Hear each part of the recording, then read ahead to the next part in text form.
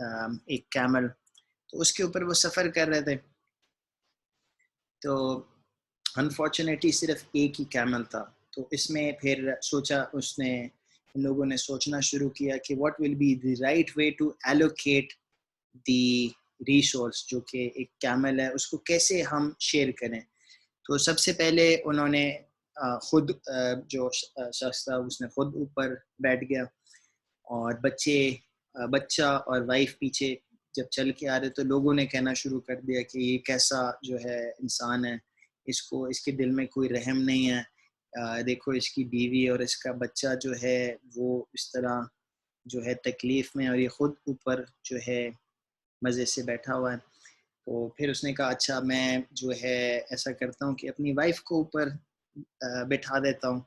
پھر وہی ہوا جو ایسے معاملات میں ہوتا ہے کہ لوگ کہنا شروع ہو گئے کہ یہ کس طرح کا مرد ہے, اس کا تو کوئی کنٹرول ہی نہیں ہے, اس نے اپنی بیوی کو کس طرح اوپر بٹھا دیا ہے اور خود اور اپنا بیٹے کو جو ہے یہ چل رہا ہے, مطلب دس مین از ناٹ ان چارج. تو وہ جب اس کو پتہ چلا کہ یار لوگ اس سے بھی خوش نہیں ہیں, تو اس نے کہا کہ اچھا پھر جو ایک چیز رہ گئی وہ ٹرائی کر لیتے ہیں.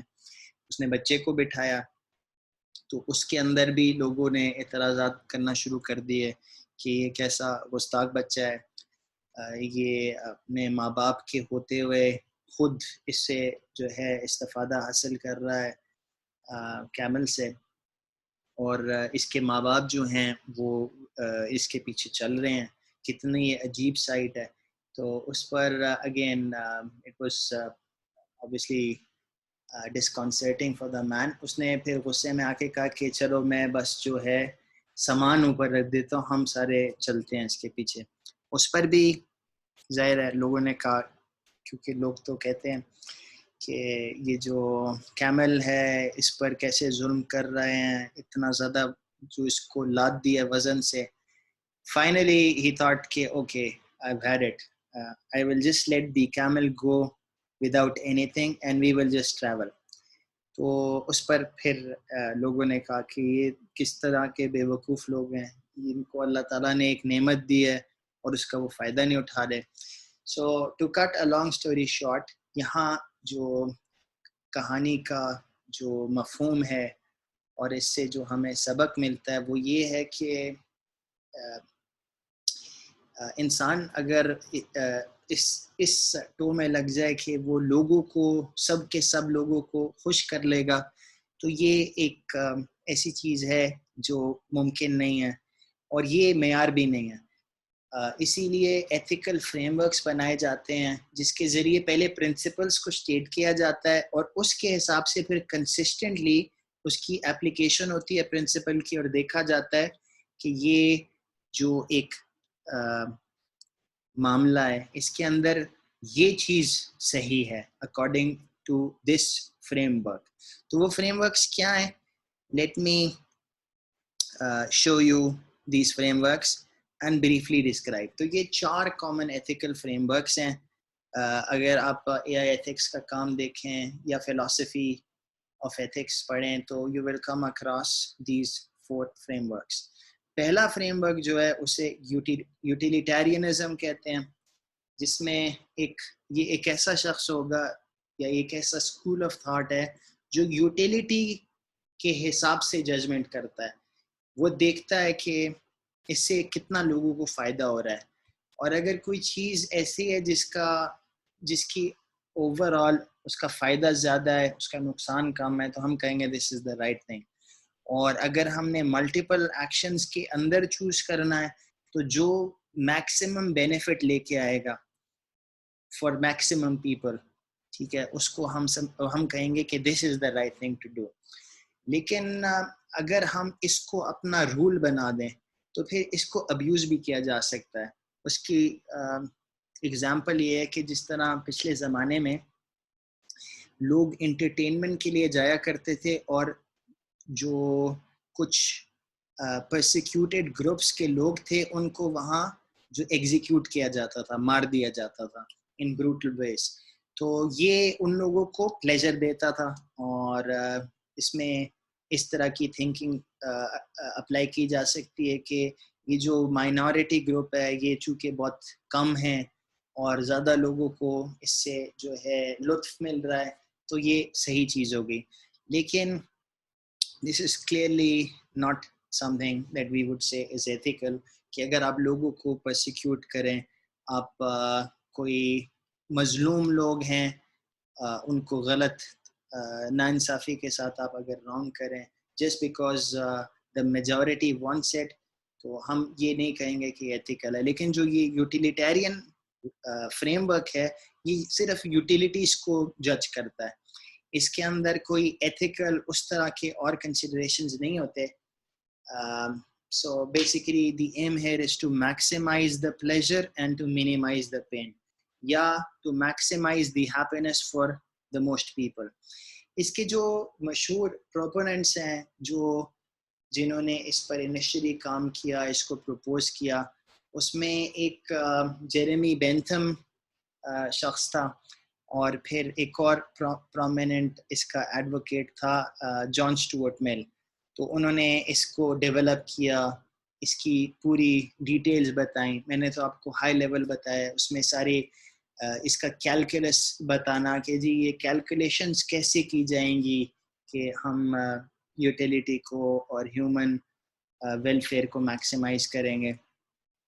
اس میں ہم جو ایک اس کا ڈرا بیک یہ بھی ہے کہ جیسے ہم آگے اپنا ایک اسلامک ایتھکس کا جو لیکچر ہوگا اس میں ڈسکس کریں گے کہ مسلمانوں کے لیے جو ہیپینس ہے, جو سعادت کا کانسیپٹ ہے, وہ صرف دنیاوی نہیں ہے, وہ اخروی بھی ہے. اس کے اندر آخرت کو بھی فیکٹر ان کرنا ضروری ہے.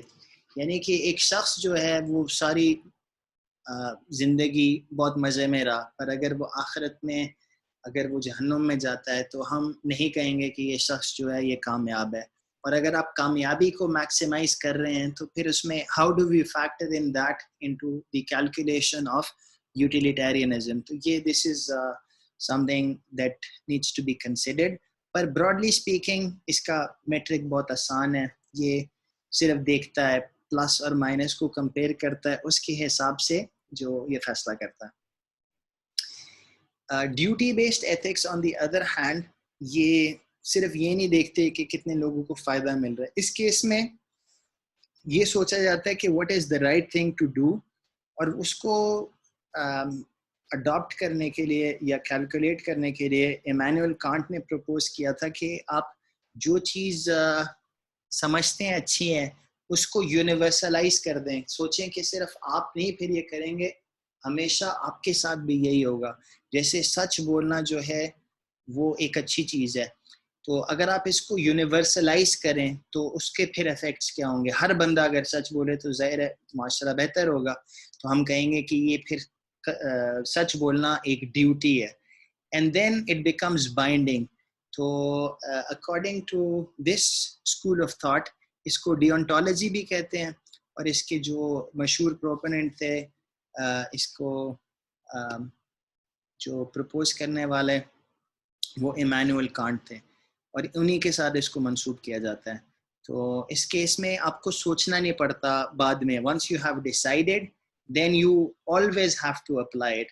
پر اس میں ایشو یہ ہے کہ کبھی کبھی ایک چیز ویسے ہو سکتا ہے اچھی ہو لیکن ایکسیپشنز اس کے اندر الاؤڈ نہیں ہوتی, اور آپ جب ایکسیپشن نہیں الاؤ کر رہے تو کچھ سچویشنز میں ڈیونٹالوجی آپ کو نقصان بھی پہنچا سکتا ہے. ٹھیک ہے, تو یہ ہم تھوڑی دیر میں دیکھیں گے. اس کے بارے میں we can say that the positive thing about this is that it stresses the role of duty and human dignity. اس کیس میں ایک اور کانسیپٹ یہ بھی ہے ایمینوئل کانٹ نے پروپوز کیا کہ ہیومن بینگس کو کبھی آپ جو ہے مینز کے طور پہ نہیں استعمال کریں گے, وہ اینڈز ہوں گے. یعنی کہ آپ ان کو ایز اے ریسورس استعمال نہیں کریں گے, اور ان کی اپنی ڈگنیٹی جو ہے ہیومن بینگس کی, that is an end in اٹ سیلف. اس کو ہم نے ہمیشہ اس کو اکاؤنٹ فار کرنا ہے. اس میں مسئلہ یہ ہے کہ it understates happiness and social utility. یعنی جو یوٹیلیٹیرینزم کی جو پازیٹیو پوائنٹ تھے وہ یہاں چونکہ نہیں ہے, تو ہم کہہ سکتے ہیں کہ یہ اس کی ایک ڈاؤن سائڈ ہے کہ ڈیوٹی کو دیکھا جا رہا ہے, یہ نہیں دیکھا جا رہا کہ لوگ اس سے کتنا خوش ہوں گے یا اس سے کتنا فائدہ کتنے لوگوں کو ہو رہا ہے. وہ آئیڈیا زیادہ ہم یوٹیلیٹیرینزم میں دیکھتے ہیں. ڈیوٹی بیسڈ ایتھکس میں ہم دیکھتے ہیں ڈیوٹی کیا ہے اور what is the right thing to do, and that has to be done always. پھر you have virtue based ethics جس کے اندر آپ moral development کو, ایجوکیشن کو جو اسٹریس کرتے ہیں, اس کے اندر کوئی نہ کوئی ہوموجینس اسٹینڈرڈ ہونا چاہیے. جیسے اگر کوئی کمیونٹی ہے, ایک ریلیجس کمیونٹی ہے, جیسے اسلام جو ایک امت ہے, مسلمانوں کی امت ہے, اس کے اندر جو آپ ورچو بیسڈ ایتھکس رکھ سکتے ہیں جس میں the entire community agrees upon something being a virtue. ہمارے کیس میں یہ ایگریمنٹ ہوتی ہے based on what the sharia has judged. اگر شریعت نے کسی چیز کو اچھا کہا ہے تو ہم اس کو اچھا کہتے ہیں, اگر کسی نے شریعت نے کسی چیز کو برا کہا ہے, قبیح کہا ہے, تو ہم بھی اس کو برا اور قبیح سمجھیں گے. تو اس کی اچھی بات یہ ہے کہ یہ مورل ڈیولپمنٹ کو پروموٹ کرتی ہے اور ایجوکیشن کو پروموٹ کرتا ہے یہ والا فریم ورک. اور اس کا نقصان یہ ہے کہ اگر ڈفرینٹ گروپس ہیں تو پھر اس میں یہ ہو سکتا ہے کہ you may have different standards. You may also have a contract base framework جس کیس میں آپ ایک لیگل طور پر ایگریمنٹ کریں کہ this is the right thing to do. جس طرح آپ امپلائمنٹ کا کانٹریکٹ کرتے ہیں اس میں آپ بتا دیتے ہیں, اس میں ٹرمز اینڈ کنڈیشنز ہوتی ہیں, اس کو آپ جو فالو کرتے ہیں. اس میں اچھی بات یہ ہے کہ if your contract is sound and well written تو زیادہ تر جو چیزیں ہیں اس میں آ جائیں گی. لیکن اس کے اندر ایشو یہ ہے کہ یہ قانون اور اخلاقیات کا تعلق اس طرح ہوتا ہے کہ عام طور پہ قانون کے ذریعے ہم منیمم لیول ایک موریلٹی کا انفورس کرتے ہیں, ٹھیک ہے, لیکن اس سے زیادہ اوپر جانا یہ مروت کا تقاضا ہے. اس میں عام طور پہ کافی کیسز میں ہمارے جو لیگل سٹینڈرڈز ہوتے ہیں وہ کم ہوتے ہیں لیکن جو ایکسپیکٹڈ ہیومن سٹینڈرڈز ہیں وہ زیادہ ہوتے ہیں. تو کانٹریکٹ بیسڈ میں یہ ہوتا ہے کہ یہ منیمم موریلٹی پر ایگری اپون کیا جاتا ہے, لیکن ظاہر ہے ہم یہ بھی چاہتے ہیں کہ اس سے اوپر بھی ہم ایکٹ کرنے کا لوگوں کو انکریج کریں. تو یہ 4 بیسک فریم ورکس ہیں. اس میں ہم یوٹیلیٹیرینزم میں نے آپ کو بتایا کہ جو مائنورٹی گروپس ہیں ان پر پرسیکیوشن ہو سکتی ہے, اس میں انجسٹس ہو سکتا ہے. اس اسکول کو ہم کانسیکوینشلزم بھی کہتے ہیں کیونکہ اس کیس میں یہ نہیں دیکھا جاتا کہ آپ کیا مینز اڈاپٹ کر رہے ہیں, اس میں یہ دیکھا جاتا ہے کہ آخر میں کیا ہوگا. تو یوٹیلیٹیرینزم کے اندر کانسیکوینسز کو دیکھا جاتا ہے اور اس میں obviously there is this danger کہ اس میں persecution اور injustice ہو. زیادہ تر اے آئی کے جو ایتھکس ہے اور جو پریکٹیکل ایتھکس ہوتے ہیں وہ سم سارٹ آف یوٹیلیٹیرینزم ہی ہوتے ہیں کہ لوگ اپنے حساب سے سوچتے ہیں کہ جی ہم یہ چیز کریں گے کیونکہ اس سے لوگوں کو فائدہ ہوگا یا کسی کو فائدہ ہوگا. But we have to be careful here چونکہ اس کی وجہ سے ظلم ہو سکتا ہے, اس کی وجہ سے کچھ لوگوں کو اس کے ہارمفل ایفیکٹس فیس کرنے پڑ سکتے ہیں. تو اس لیے when we use this we should be clear کہ this is our guiding principle اور پھر اس میں ہمیں خیال کرنا چاہیے کہ جو اس کے نیگیٹو سائیڈ ایفیکٹس ہیں ان کو ہم اوائڈ کریں. اور ڈیونٹالوجی جو ڈیوٹی بیسڈ ایتھکس ہے اس میں ایشو یہ ہے کہ آپ نے اس میں کوئی کنڈیشن الاؤ نہیں کی کہ کہیں آپ اس سے ڈائیورٹ کر سکتے ہیں. جو کام کرنے والا ہے وہ it becomes a categorical imperative. تو یہ لفظ استعمال ہوتا ہے کینٹ کی تھیوری میں کہ ایک چیز جو ہمیشہ کرنی ہے اسے کہتے ہیں کیٹیگوریکل امپیریٹیو. یہ کانٹ کی فوٹو ہے جس کے اندر مطلب نقصان بتایا جا رہا ہے ڈیونٹالوجی کا کہ اگر آپ کے گھر کوئی کریزی مرڈرر بھی آ جائے اور وہ آپ سے پوچھے کہ بھئی آپ کے گھر والے کہاں ہیں تو یو ہیو ٹو سے دا ٹروتھ چونکہ ایمینول کانٹ کی فلسفی جو ہے ڈیونٹالوجی، اس میں یہ ہے کہ it's your duty, you must always do it even if you have to suffer at a consequence for that. تو یہ یہاں جس طرح لکھا ہوا ہے کہ سوری برو کیٹیگوریکل امپیریٹیو، وہ اس چیز کو ہائی لائٹ کر رہا ہے کہ ان کی جو فلسفی ہے اس کے اس میں ایکسیپشنز نہیں ہوتی، تو اس کی وجہ سے یہ فائدہ ہے کہ آپ کو سوچنا نہیں پڑتا ہر دفعہ کہ یہ میں کروں یا نہ کروں، آپ کو پروز اینڈ کونس نہیں میجر کرنے پر. اس کا نقصان یہ ہے کہ it becomes something that is inflexible, اور کبھی کبھی ہو سکتا ہے کہ you would like to make an exception, یا it is perhaps the more ethical thing that you make an exception. Per with deontology یہ جو categorical imperative ہے یہ unconditional ہوتا ہے، یہ آپ کو ہمیشہ کرنا ہوتا ہے. Right, so in this lecture we mentioned and talked about the various ethical frameworks, and we mentioned that there are different ethical frameworks, اور اس کے اندر زیادہ prominent جو ہیں وہ utilitarianism ہے اور deontology ہے. یوٹیلیٹیرینزم کو پرپوز کیا تھا جیرمی بینتھم اور جان سٹورٹ مل، اور اس کے بعد لوگوں نے ڈیولپ کیا. اور ڈیونٹالوجی جو ہے وہ ایمینول کانٹ نے اس کو پرپوز کیا، اس کا سب سے جو پرومیننٹ ایڈوکیٹ ایمینول کانٹ تھا. These frame works have limits, یعنی کہ جتنے بھی یہ فریم ورکس تھے ان کے پروز بھی تھے اور ان کے کونز بھی تھے. We should be aware of that. اور اگر آپ نے ایتھیکل ایکشن کو پروموٹ کرنا ہے تو پہلی چیز یہ ہوگی کہ آپ کے کچھ کنسسٹنٹ سیٹ آف پرنسپلز ہوں، آپ کا ایک فریم ورک ہو جس کے حساب سے آپ اپنا ڈیٹرمن کریں کہ what will be the right thing to do. اس کے بعد پھر ظاہر ہے یہ تو علم کا معاملہ تھا کہ آپ کو پتہ چل گیا کیا چیز صحیح ہے، اس کے بعد پھر اس پہ ایکٹ کرنا، تو اس کے لیے جو نیسیسری مورل کریج ہوتی ہے وہ بھی آپ کے اندر ہونی چاہیے. تو اس کے لیے علیحدہ چیزیں ہیلپ فل ہیں. For now we are just studying how we can know the right thing to do, کیونکہ اے آئی کے سینیریوز میں بہت ساری نئی چیزیں ہوں گی جس کے بارے میں لوگوں کو نہیں پتہ. تو ہم اس طرح کے ایتھیکل فریم ورکس جو ہے ان کے ساتھ ریزننگ کر سکتے ہیں so that we know what is the right thing to do. So this is it for now. Inshallah, I will see you in the next lecture.